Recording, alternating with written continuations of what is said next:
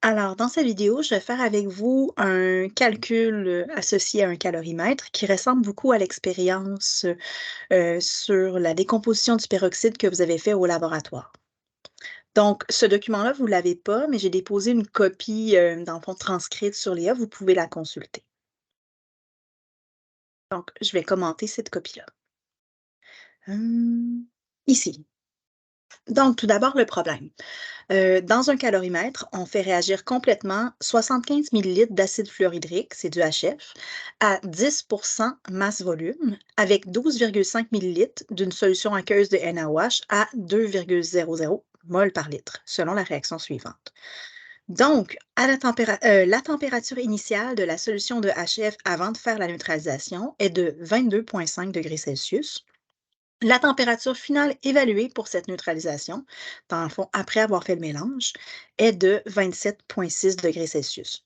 On considère que la masse volumique des solutions de NaOH et de HF est similaire à celle de l'eau, soit 1 gramme par millilitre, car ces solutions sont diluées. Donc, en A, ce qu'on cherche, on cherche l'énergie absorbée ou dégagée par le calorimètre. Donc, on va prendre les paramètres qui sont donnés dans le problème. On va utiliser la formule Q est égale à MC delta T, mais tous les paramètres par rapport à l'eau, parce que ce qui se passe dans le calorimètre, ben, ça touche beaucoup de l'eau parce que c'est majoritairement de l'eau. Maintenant, pour trouver la masse d'eau, ça, c'est ce qui est un peu plus difficile dans le problème. Je vais remonter ici l'énoncé du problème et ce qu'on va voir, c'est qu'on a utilisé 75 millilitres d'acide fluorhydrique, mais c'est une solution aqueuse d'acide fluorhydrique à 10 et on a utilisé une solution aqueuse de NaOH. Maintenant, dans le calorimètre, les deux solutions sont ensemble. Donc, si on remarque ici, j'ai fait un magnifique dessin de calorimètre dans lequel j'ai 75 millilitres de HF, d'une solution de HF, et 12,5 millilitres de solution aqueuse de NaOH. Maintenant, au total, j'ai 87,5 millilitres de solution. Mais c'est toujours pas une masse d'eau. On va supposer que cette solution-là est suffisamment diluée, comme c'est mentionné ici, parce que la masse volumique de la solution est proche de celle de l'eau. Donc, je peux suggérer que ça serait un volume d'eau que je transformerai en grammes pour utiliser sa masse ici, volumique. Ce qui va me donner, avec le calcul qui est juste ici, je remonte un petit peu, 87,5 grammes. Donc, voilà pour ma masse d'eau. Maintenant, le C de l'eau est disponible sur votre annexe. Donc, c'est le 4,18 joules par gramme degré Celsius.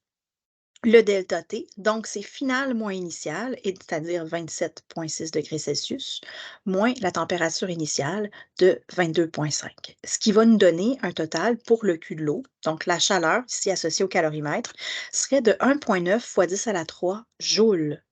Maintenant, cette chaleur-là, on va dire qu'elle est dans ce cas-ci, absorbée parce qu'elle a un signe positif. Donc, à la question B, le calorimètre, est-ce qu'il absorbe ou il dégage de l'énergie?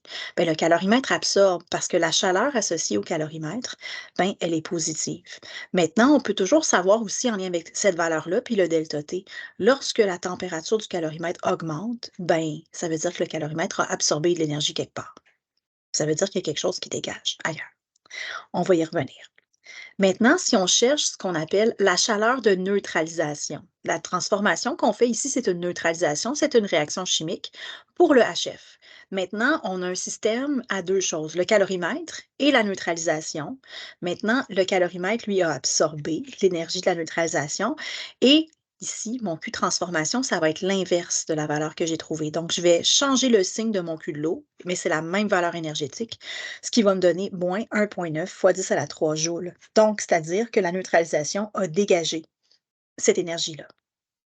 Ensuite, si je cherche la chaleur massique de neutralisation pour le HF, j'ai besoin de Q transformation et j'ai besoin de la masse de HF. Cette fois-ci, la masse de HF, elle n'est pas donnée explicitement, mais on peut la calculer avec les données du problème. Les informations que j'ai à propos de HF, je vais remonter jusqu'en haut dans mon énoncé. Je sais que j'ai 75 millilitres de solution aqueuse à 10 masse volume. Ça, ce que ça veut dire, c'est que j'ai pris 75 millilitres et que ça, c'est sa concentration. La concentration en pourcentage masse-volume, on peut aussi l'exprimer comme ça. La masse est en grammes. C'est comme si j'avais 10 grammes, puis comme c'est un pourcentage masse-volume pour 100 millilitres de solution. Mais moi, ce que j'ai utilisé, c'est pas 100, c'est 75. Donc, je vais calculer la masse de HF dans 75 pour voir la masse de HF utilisée. Donc, ce qui va me donner une masse de 7,50 grammes. Pour trouver le delta H massique, je prends le Q transformation.